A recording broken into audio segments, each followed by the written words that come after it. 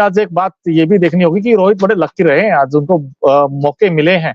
2-3 बार वो थोड़ा-सा जैसे बिन पानी की मछली तड़पती है वैसा कुछ तड़पे थे वो एंडरसन के खिलाफ अगेंस्ट। लेकिन फिर भी एक अच्छी नॉक और मजा आ गया पारी देखकर उनकी। और लंबे समय के बाद आपने ठीक कहा, लंबा अरसा हो गया 100 बने हुए, लेकिन अब ये जो 100 आया है, देखिए टीम इंडिया का स्कोर अब इसी 100 की वजह से 326 हो गया है।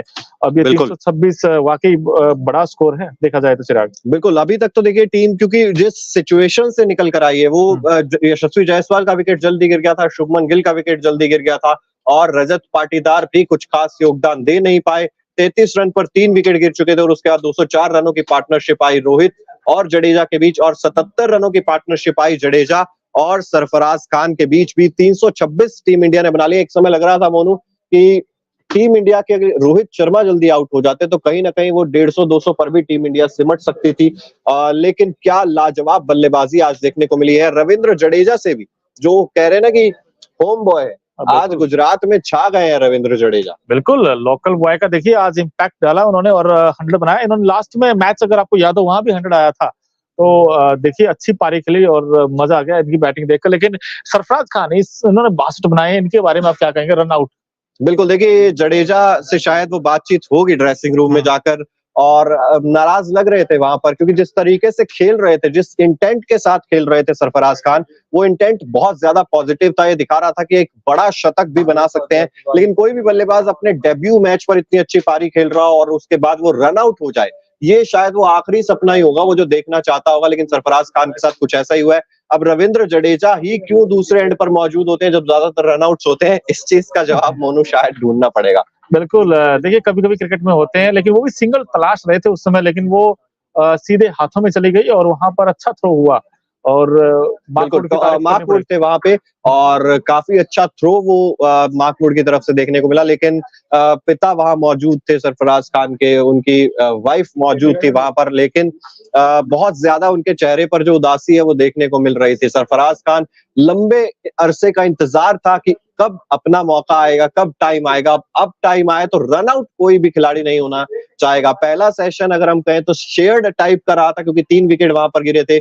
दूसरा सेशन टीम इंडिया ने पूरी तरीके से अपने नाम किया, एक भी विकेट नहीं गिरा दूसरे सेशन में इंडिया का। और तीसरे सेशन में 2 विकेट जरूर गिरे हैं, लेकिन रन्स काफी ज्यादा उस सेशन में हमने बनते हुए देखे। इसलिए आज मोनू 3 में से 2 सेशन टीम इंडिया ने अपने नाम किए हैं। बिल्कुल, और अच्छी बात मुझे ये लगी है कि जो जडेजा और रोहित की जो पार्टनरशिप थी वो बड़ी क्रूशियल थी, क्योंकि उसी की वजह से वहां से जो मोमेंटम मिला टीम इंडिया को वो काबिले तारीफ है। और खासकर जडेजा की तारीफ इसलिए बनती है क्योंकि जडेजा की जो बैटिंग है वो बड़े कमाल की किया। जो उन्होंने 110 बनाकर अभी वो खेल रहे हैं इस वक्त क्रीज पर। जडेजा की अच्छी बात ये क्योंकि उन्होंने बहुत अच्छे शॉट्स खेले हैं, उन्होंने ग्राउंड के चारों तरफ स्ट्रोक्स खेले हैं। और ये जो पारी है रविंद्र जडेजा, कहीं ऐसा तो लगता है कि मैच की डिसाइडिंग फैक्टर हो सकता है। बिल्कुल डिसाइडिंग फैक्टर हो सकता है और कल एक नया चैलेंज रहने वाला है। अब इस बारे में भी बात करनी जरूरी है मोनू, क्योंकि वो आखिरी जो 3 ओवर्स डलवाए गए हैं बेन स्टोक्स ने, जो आखिरी 3 ओवर्स डलवाए हैं वो नई गेंद के साथ डलवाए हैं। अब नई गेंद के साथ रिस्क ये रहता है कि आपके रन जरूर जा सकते हैं, कुछ बाउंड्रीज जरूर बल्लेबाज बटोर सकते हैं, लेकिन उतना ही ज्यादा विकेट लेने का चांस भी आपके पास हो जाता है। उसी तरीके के कुछ नजर आई है अभी तक, क्योंकि कुलदीप यादव जो नाइट वॉचमैन के रूप में नजर आए थे मोनू, कुलदीप यादव नाइट वॉचमैन है, लेकिन कल सबसे पहले आते इंग्लैंड का काम ये हुआ कि कुलदीप यादव को चलता करें और उसके बाद फिर इस पारी को जल्द से जल्द समाप्त किया जाए। लेकिन दूसरी तरफ इंडिया सोचे कि पहला आधा घंटा या 1 घंटा अगर टिक जाते हैं रविंद्र जडेजा तो फिर दोबारा से उसी लय में आ जाएंगे, रन्स जल्दी जल्दी बनने शुरू हो जाएंगे और फिर वो जो एम कर रहे हो आप 450 पौने 500 उस स्कोर तक फिर आप पहुंच सकते हो।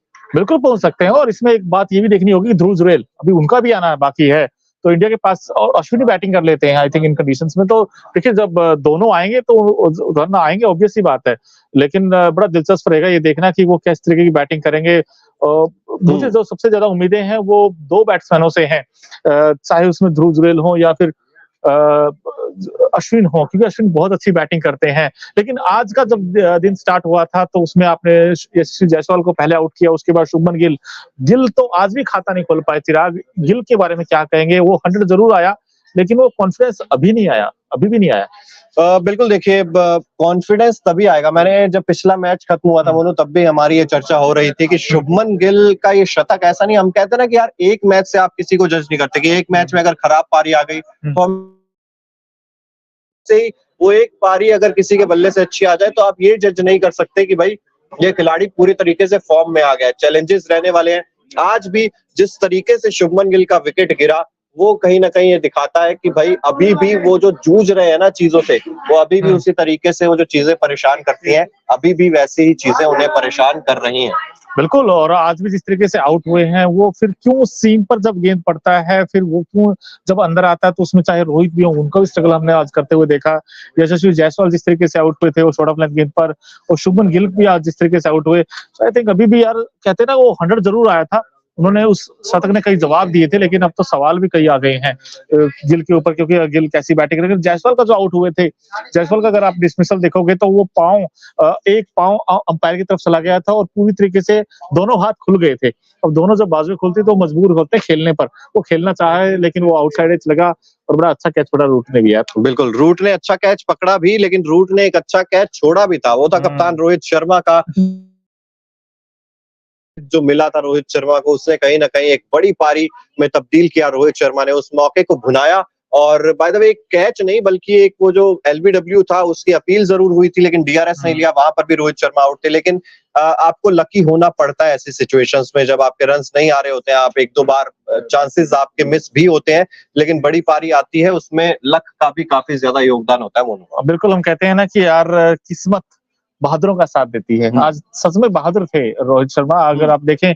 लेकिन रजत पाटीदार, मोनू, रजत पाटीदार ये एक ऐसा खिलाड़ी है, 5 रन बनाए हैं आज 15 गेंदों का सामना करते हुए। अच्छे टच में जरूर नजर आ रहे थे शुरुआत में, लेकिन वो जो कहते हैं ना कट मारने की कोशिश कर रहे थे, उतनी ज्यादा पीछे की गेंद थी नहीं, थोड़ी सी गेंद आगे थी। आगे की गेंद को पीछे खेलने की कोशिश की और थोड़ी फंस के भी आई थी वो टॉम हार्टली गेंद। पहला ही ओवर था आज स्पिन का, और पहले ओवर में स्पिन के रजत पाटीदार उसके शिकार हो गए थे। गेंद थोड़ा सा फंस के यहाँ पर जरूर आ रही है, लेकिन इनको ये चीज देखनी होगी कि अगले मैच में अगर केएल राहुल वापस आ जाते हैं तो फिर एक खिलाड़ी को बाहर जाना होगा, अगर वो रजत पाटीदार होंगे, क्योंकि सरफराज खान ने 62 बनाए हैं। बिल्कुल, लेकिन देखिए दो पहला मैच खेला था रजत पाटीदार, वहां भी कॉन्फिडेंस लगे थे। लेकिन आज जो टॉम हार्टली गेंद थी, वो आपने सही कहा, क्योंकि जब रिलीज हुआ था वो बहुत अच्छी स्पीड थी, लेकिन उसके बाद थोड़ी धीमी आई गेंद, रुक कर आई।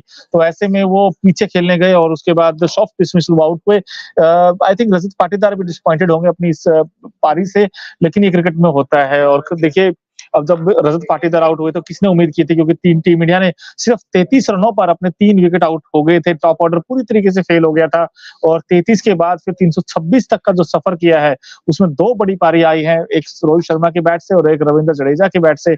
काबिल तारीफ परफॉर्मेंस है टीम इंडिया का, क्योंकि वहां पर जो फर्स्ट सेशन हम बार बार कह रहे हैं कि हो सकता है इंडिया 80 या 90 पे भी 6 आउट हो सकता था, क्योंकि वहां पर गेंद जो पहला 1 या 2 घंटा है वहां पिच से काफी मदद भी थी अगर आप देखें तो, क्योंकि गेंद जिस तरीके से की है खासकर मार्कवुड और जेमी एंडरसन ने, खासकर मार्कवुड की मैं तारीफ करना चाहूंगा, क्योंकि मार्कवुड ने एक टप्पा पकड़ गेंद करते रहे बार बार, और शॉर्ट ऑफ लेंथ गेंद से इन्होंने बड़ा अच्छी पटकी हुई गेंदें की हैं। क्योंकि इंडियन टीम की मैं कई बार देखता हूँ यार थोड़ा सा कंसर्न है, वो पटकी हुई गेंद अभी भी नहीं कर रहे इंडियन गेंदबाज, लेकिन मार्कवुड ने ये यूटिलाइज किया। और मार्कवुड आज देखिए सबसे सफल गेंदबाज इसीलिए बनकर उभरे क्योंकि वो जेम्स एंडरसन भी ना दूसरी तरफ से लगातार परेशान कर रहे थे। आज भले ही जेम्स एंडरसन को विकेट ना मिला हो, लेकिन इनका ये जो योगदान है ना, इनकी इकोनॉमी जो है 3 से हमेशा कम रखते हैं। वैसे तो 2 के आसपास रखने की कोशिश करते हैं, लेकिन 3 से हमेशा ही कम रहती है।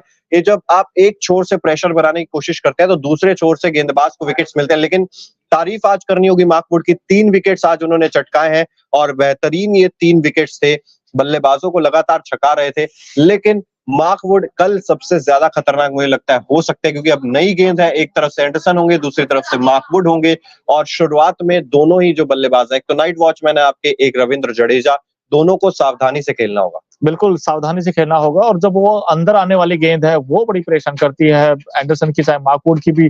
और मार्कवुड के पास भी वो अच्छी उनके पास पेस है, जब वो पेस जनरेट करते हैं तो उनके पास जब गति है किसी गेंदबाज के पास, तो गति से बीट होते हैं भारतीय बैट्समैन। लेकिन यार टॉम हार्टली जिन्होंने 1 विकेट मात्र लिया, वो उनका रजत पाटीदार को जिस तरीके से फंसाया था वो बड़ा इंपॉर्टेंट विकेट था। उन्होंने आज टॉम हार्टली बार बार इंप्रेस कर रहे हैं। और एक बड़ा इंटरेस्टिंग फिगर है चिराग कि जो इंडियन पेस स्पिनर्स हैं और इंग्लैंड के जो स्पिनर्स हैं, इंडिया ने इस सीरीज में अब तक 23 विकेट झटके स्पिन गेंदबाजों ने, लेकिन अब टॉम हार्टली का ये विकेट उनको ऐड कर दें तो 34 विकेट हो चुके हैं इंग्लैंड के स्पिनर्स को। तो हम कहते हैं ना इंडिया में स्पिनर्स को डोमिनेट करता है, लेकिन इंग्लैंड के स्पिनर तो 34 विकेट निकाल चुके हैं। बिल्कुल, देखिए स्पिनर्स निकाल चुके हैं और इसमें सबसे बड़ी चीज जो क्या है कि इनके पास एक्सपीरियंस नहीं है। सबने एक-एक, दो-दो मैच ही ज्यादातर जो स्पिनर्स खेले। रूट ने जरूर वो पहले और दूसरे मैच में इंप्रेस जरूर किया था, लेकिन आज जो कमजोर कड़ी लगी ना मोनू मुझे, वो जो रूट ही लगे। लगातार एक तरफ से प्रेशर हटाते ही जा रहे थे। फुल टॉस गेंदें कितनी सारी डाली, बिल्कुल वो कहते हैं ना एक लेंथ बॉल कितनी सारी उन्होंने डाली, या तो छोटी पटक देते थे या बिल्कुल पैरों में दे देते, तो उसको कन्वर्ट करना बहुत ज्यादा आसान हो रहा था जडेजा के लिए और रोहित शर्मा के लिए भी। जो रूट ने कहीं ना कहीं आज जो ये इतने सारे रन बने, उनमें रूट का बहुत बड़ा योगदान है। बिल्कुल, ना सिर्फ रूट बल्कि रेहान अहमद भी। लास्ट अगर आप तीसरा सेशन देखोगे तो पहले 2 सेशन में उन्होंने ठीक गेंदबाजी की, लेकिन लास्ट में तो सिर्फ रन बचाने के लिए वो गेंदबाजी कर रहे थे। बहुत शॉर्ट, वाइड, पूरा हाथ खोलने का मौका दे रहे दोनों बैट्समैनों को। और फिर जडेजा तो जिस तरीके की बैटिंग वो करते हैं, हम जानते हैं उनको, वो कहाँ बख्शेंगे फिर, चाहे कोई भी गेंदबाज हो, क्योंकि वो पुल बहुत अच्छा मारते हैं जडेजा पीछे हटकर। जडेजा ने भी अपनी पारी में बड़े अच्छे 2-3 अच्छे शॉट्स खेले, और जडेजा की यही तो खास बात है, क्योंकि जडेजा जब लास्ट में आकर जो हिटिंग करते हैं वो कमाल की करते हैं। बिल्कुल, रविंद्र जडेजा पर भी कल नजरें रहने वाली हैं, क्योंकि 110 पर नाबाद खेल रहे, कुछ अच्छे शॉट्स लगाए हैं। और रविंद्र जडेजा इंजरी के बाद जब वापस आए हैं, तो वो कहते हैं ना कि एक तो होम ग्राउंड उनका है, और उसके ऊपर से जिस तरीके से, जिस अंदाज से बल्लेबाजी करते हैं। आज एक वो सरफराज खान वाला रनआउट छोड़ दें, उसके अलावा ज्यादा गलतियां की नहीं है रविंद्र। एक भी मौका नहीं दिया उन्होंने इंग्लैंड के गेंदबाजों को। कई बार कहते हैं ना डीआरएस उस तरीके का आ जाए या कुछ ऐसा हो जाए, क्योंकि रोहित को अगर आप देखेंगे बैटिंग में, तो उनके खिलाफ 2 डीआरएस, पहले अंपायर ने उंगली खड़ी करी तो डीआरएस ले लिया रोहित ने, तब बच गए, वो बैट लगा था।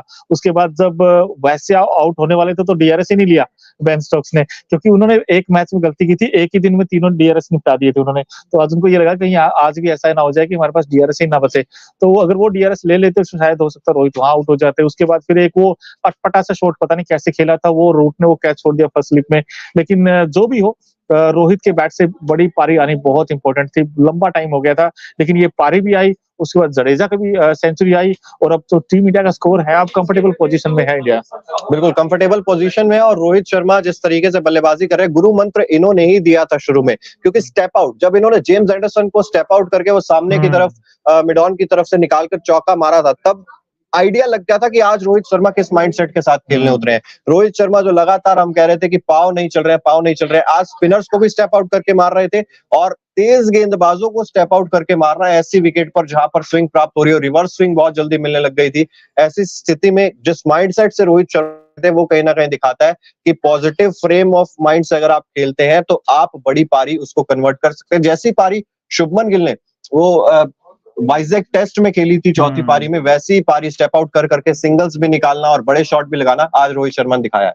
बिल्कुल, और एक और बड़ा दिलचस्प आंकड़ा है कि 3000 प्लस रन और 250 प्लस विकेट्स की बात करें तो इंडिया के लिए तीसरे नंबर पर रविंद्र जडेजा आ गए हैं। सिर्फ 70 मैचों में उन्होंने एक कारनामा किया है। उनसे पहले कपिल देव